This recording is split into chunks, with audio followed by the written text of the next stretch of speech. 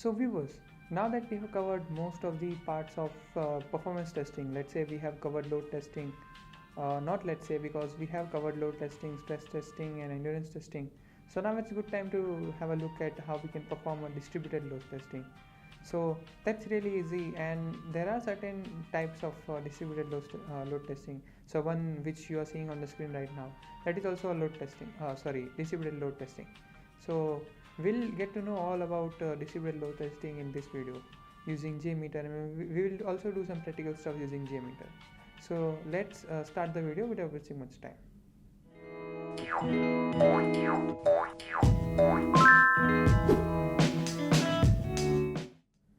So this video is a chapter 7 part of performance testing series that we are making on our channel VideoGeeks. So if you are new to this channel or this video, maybe consider subscribing to our VideoGeeks YouTube channel. So if you want to have a special video request, you can also comment on this video, and you can also watch the previous videos of this performance testing part where we have covered all the types of performance testing using including the practical demo or using JMeter. So let's start with today's video, which is chapter 7 about distributed load testing. So before we actually start with the performance testing using practical demo using JMeter, it's good to know about some theoretical stuff. It's not just more page. This is just the one page for the theoretical stuff that I have kept. So distributed load testing is a performance testing that involves distributing the workloads across the multiple machines, or let's say virtual machines, or anything that you might consider for your case. So this usually is performed, let's say, when we don't have a single machine that is capable of supporting or producing so many users, so many threads, because each virtual user, that means one thread, and thread that depends on what hardware, what capabilities of your hardware, of your machine that is.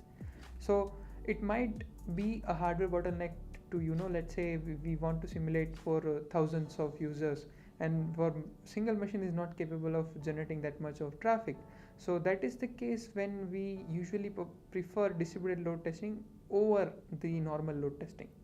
So that's the one piece of distributed load testing, but it is also refers the testing, distributed load testing is also referred for the testing performed on multiple pages at or you can say endpoints of your application in one go.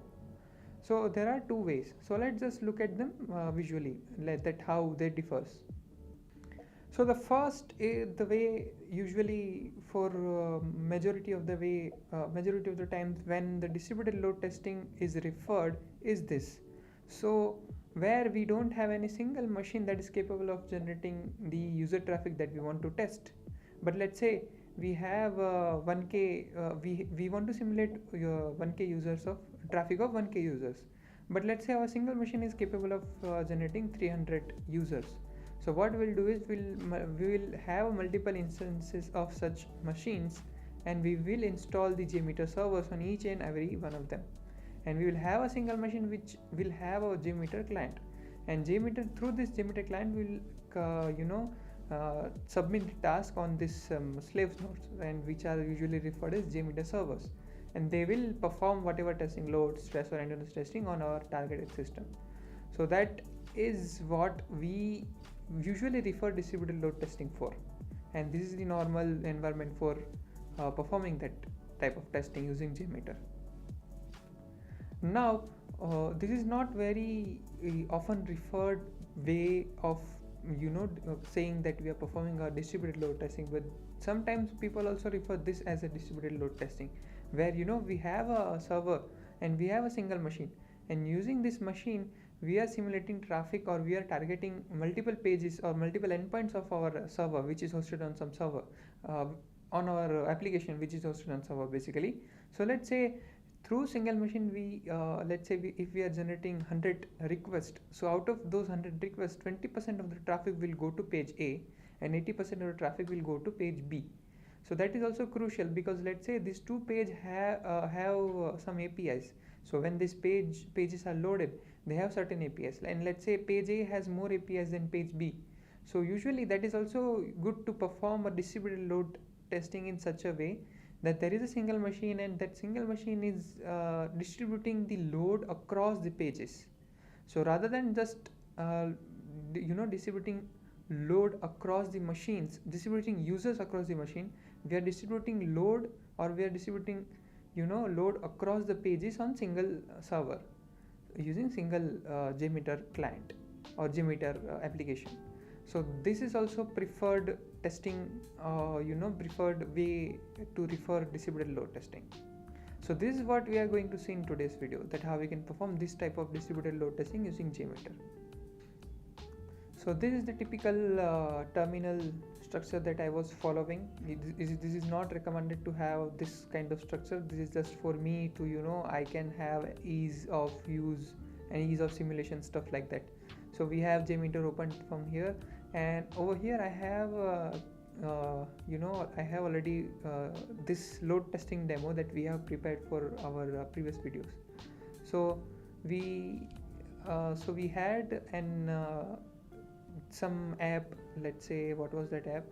So we can check that under HTTP request default. So this was the app, and we on the home page we were making the request. But now in today's video we are going to use this app. So basically this is the home page of the app. This is also one of my GitHub hosted projects, so you can take this URL for your let's say if you want to test your knowledge of performance testing, so you can perform any type of performance testing on this URL. So basically this app has three pages. This one is main page, or you can say home page. Then this one is the second page where we have employee management kind of stuff, employee manager, and then we have this color magic page. So these are three main page of this app. So what we're going to do is we are going to make an distributed load test on three of these pages. First on this, second on this, and third on this one. So how we can do this? So we are not required to make a script from the scratch. What we are going to do is we are going to leverage the last load testing demo script that we have created. So first we are going to change the basic settings. So let's say GitHub page load test, it will be GitHub pages actually distributed load test. Okay, now HTTP request default, for this we are going to say, we are going to copy this and we'll paste it over here for home page. So this is the basic configuration that we are required to change.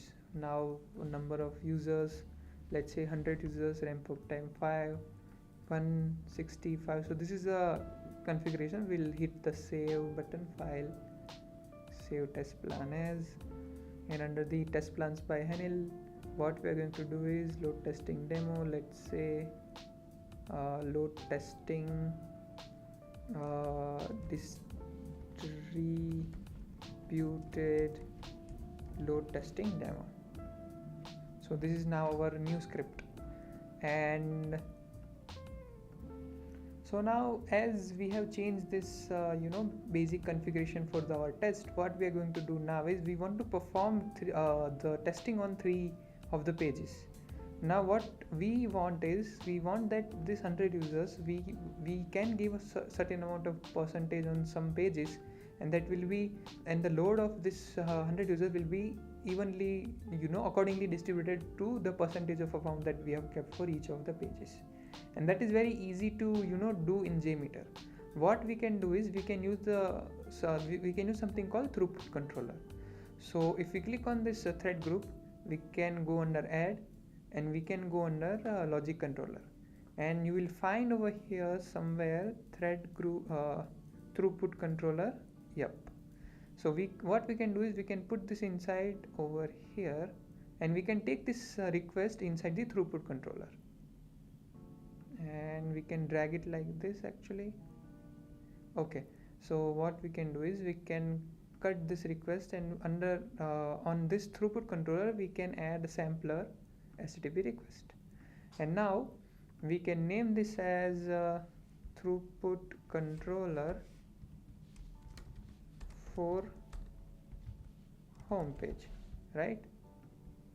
We can add again another logic controller So basically we are required to have 3 throughput controllers. So first for home page, and then let's say for second for EMP manager, employee manager, the second page that we have kept. Now the third one is, let's say, throughput controller for color magic, right? And under each throughput control will have a sampler HTTP request, add sampler HTTP, debug sampler. We can remove this, yes, and we can, on this throughput we can add sampler HTTP request. Now for each of the request, what we can do is we can define the path. So for this path we can take this slash and we can paste it over here as a path. Now for this employee manager, we can click on this and we can take whole of this URL and we can keep the path over here. Now for this color magic, what we can do is we can take the entire path and HTTP request, we can kept it over here. We can also change the name.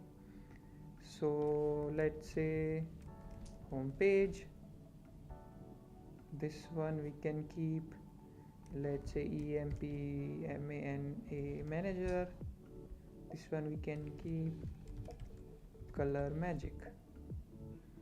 Now for each of this request, what we can do is we can add assertion, and we can have an assertion under each of this URL, and what we can do is we can add a pattern to test. So for the home page, we can click on inspect, we can view page source, and we can copy this h1 tag, we can paste it here. Now for the employee manager, we can have assertion, response assertion, add a pattern, and then we can copy, we can view the page source, and we can copy this h1 tag and we can add it as an assertion over here. For the color magic, we can add assertion, which is response assertion, we can add a pattern to test, and from here we can go to color magic and we can view the page source, and yeah, this h1 we can copy. Okay, we can add a pattern to test like this. Now what we want to do is, so we want to specify the throughput. So how we specify the throughput? So now we want to do is we want to specify the amount of load that that we want to distribute across the pages. So let's say what I want to do is on home page, so most of the pages most of the users they want to go on home page first. So let's say 50% of the user they want to go to home page. So out of 100, if let's say we have specified over here 100 currently, so 50%, which means 50 users will try to go on home page. Now on employee manager, so let's say employee manager you can consider as in someone who is an admin and they have an admin access. So consider that page that is just available for the admins. So there are less number of user traffic that we will see on the employee manager page. So let's say 20% of the users will go for the employee manager page, 20.0, and let's say for the color magic 30%, 30.0. yeah, so 30, 20 and 50, that's how we want to distribute the load. And these are the results. Again, what we can do is okay, so we have it over here under reports demo. So what we can change the path. So under the reports we have demo folder, you can see over here. So under the demo we can have results generated inside the temp folder. So we can copy this string over here, and for each of this reports we can paste. Yeah, and now I think we are good to go. So make sure to check these things, like you have added a proper number of threads, number of users, seconds, everything. Test is perfectly settled up. Make sure to save the file, and also make sure to check that whether you have added a certain valid paths, response sessions on each and every HTTP request, and make sure that you have added a proper throughput value based on what are the values that you want. Now what we can do is we can go over here, we can execute the file using this distributed load testing, and we want to generate the reports under reports demo temp. Now we can hit this and start our test. So if you see, the test is executed successfully and there are no such errors. Now we can check whether what are the things that are generated under the temp folder. So you see all the reports are generated, and we can directly open from the temp folder index.html file. So if you see, this is how the report looks. So we have a request on home page, color magic, and employee manager, and these are the values of samples that we have thrown during the test on certain pages, and average values, mean, response times, and some stuff that you can see. We can look the charts, let's say response time. So this is the cool, this is the graph that you might want to see after the test is executed successfully. This is also a very useful graph, response time overview. So basically it shows the number of responses and what was the response time. Then this is also a very cool graph which shows time versus thread graph.